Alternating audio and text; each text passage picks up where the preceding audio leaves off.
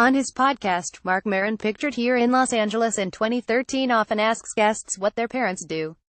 It's a very defining thing, he says. Kevin Winter-JT Images podcaster Marc Maron has brought celebrity after celebrity through his front door in Los Angeles. In 2009, the grizzled, once washed-up comedian launched a podcast called WTF, and it became wildly popular. Many people say Maron has defined what an interview podcast can be. He tapes most of his conversations in his cramped garage, where, in a bit of a role reversal, NPR interviewed him. "I generally don't have a page full of questions, like you have there," Maron says.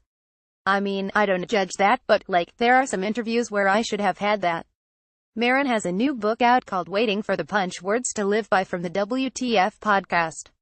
Interview highlights on interviewing President Obama. "I'm having an experience here where my house is filled with Secret Service and police officers. We have 5 or 6 listening stations out on the deck for his staff.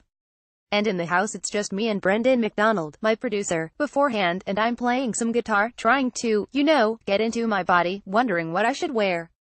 That was the first indication, was what should I wear? The president's coming. And, it's my house. What am I going to wear? Am I gonna wear a suit in my house because the president's coming? So I put on a plaid shirt, and it just was fortunate that he's very disarming, he's very charming, he's very grounded. So, he came in here and he put me at ease.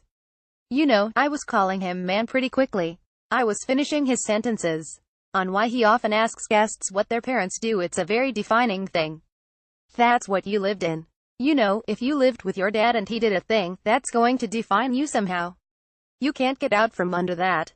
My dad was a surgeon and my mother was. She tried to get her master's in painting and then she did some splatter art on sweatsuits to try to create a business.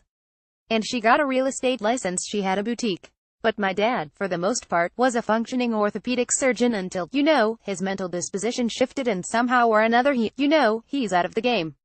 He had some depression issues and then he mismanaged his life in a lot of ways, but he's okay. He's in Albuquerque, NM, sitting around, wondering what the point of life is and why he's so miserable. I kind of look at them as people I grew up with, not parents. On how hanging out at his grandfather's store helped him become a good listener. I was sort of on my own in the defining self department, which is why I always sort of gravitated towards screwed up people to determine, how I would live my life or behave. My grandfather had a hardware store in Haskell, NJ, when I was a little kid.